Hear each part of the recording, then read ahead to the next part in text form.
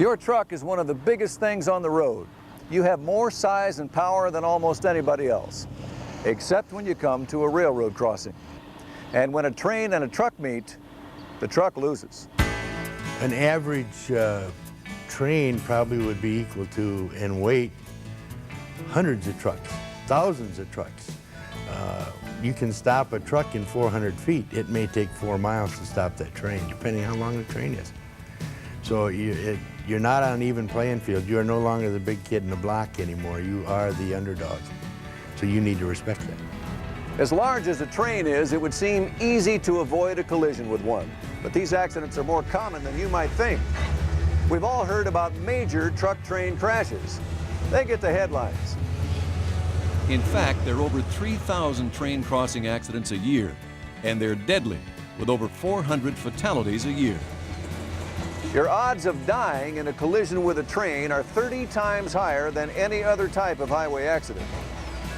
The reason is simple. Trains can't avoid you, and with all that weight and power, they take a long time to stop. At 30 miles an hour, a 150-car freight train needs 2/3 of a mile to stop. And when that same train is traveling at 50 miles per hour, it takes 1.5 miles. The train can't avoid colliding with you. Your safety is up to you alone. Railroad crossings are so common, we sometimes take them for granted. There are almost 160,000 public crossings across the U.S. and another 100,000 private crossings. It's easy to see why we sometimes get lazy or impatient, don't give them the kind of respect they deserve.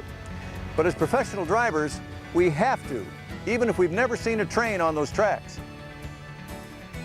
Well, if the gates are down, whether there's a train coming or not, the gates are down for a reason. If the gates aren't working properly, he's going to just have to wait it out.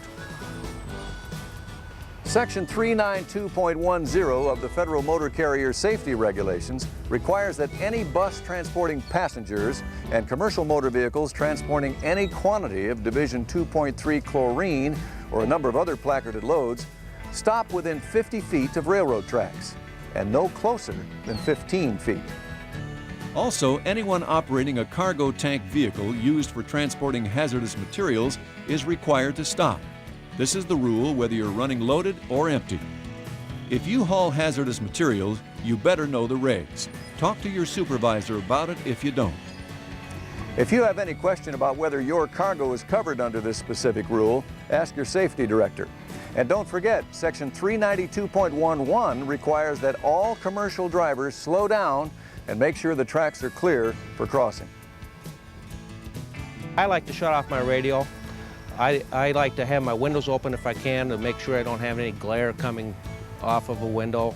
So I've got good eyesight, or a good mirror sight, as well as being able to look both directions before crossing.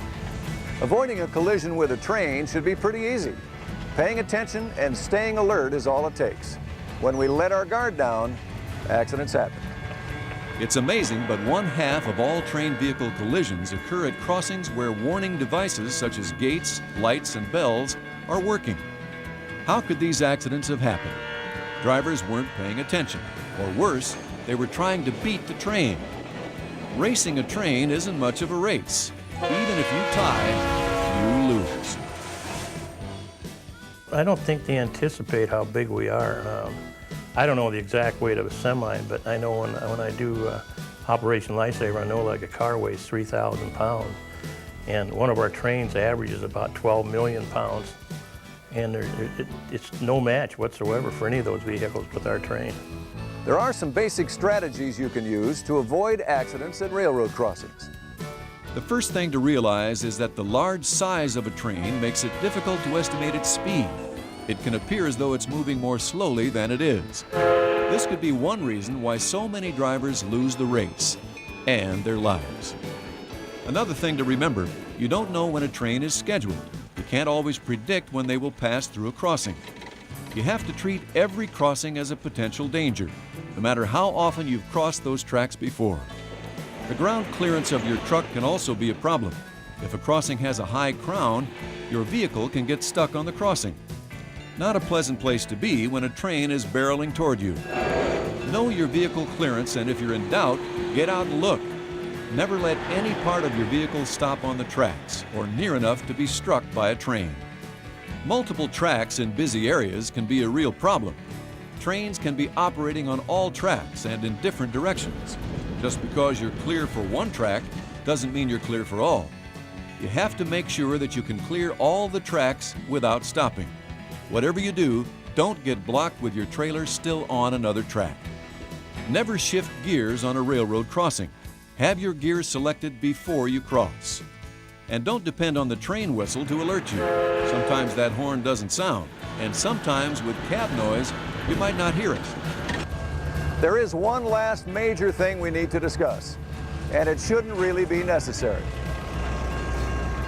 It's not only against the law to drive around lowered gates, it's just plain dumb.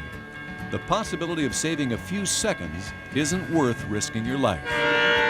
Yet drivers try it all the time, and drivers die. If you think the gates are malfunctioning, contact the railroad or the police. Never attempt to cross. If your truck hits a train, you lose. Common sense and following the regs can keep you alive.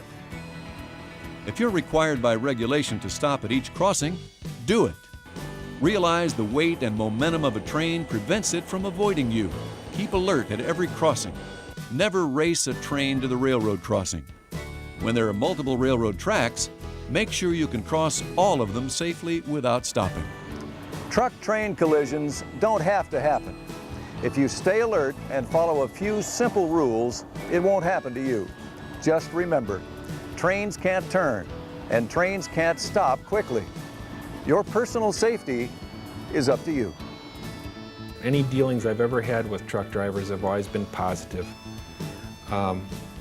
And for that reason, I'd like to see them always display that professionalism and don't put themselves in harm's way and work with us so that neither one of us have this disastrous thing happen to us where we risk our lives and their lives.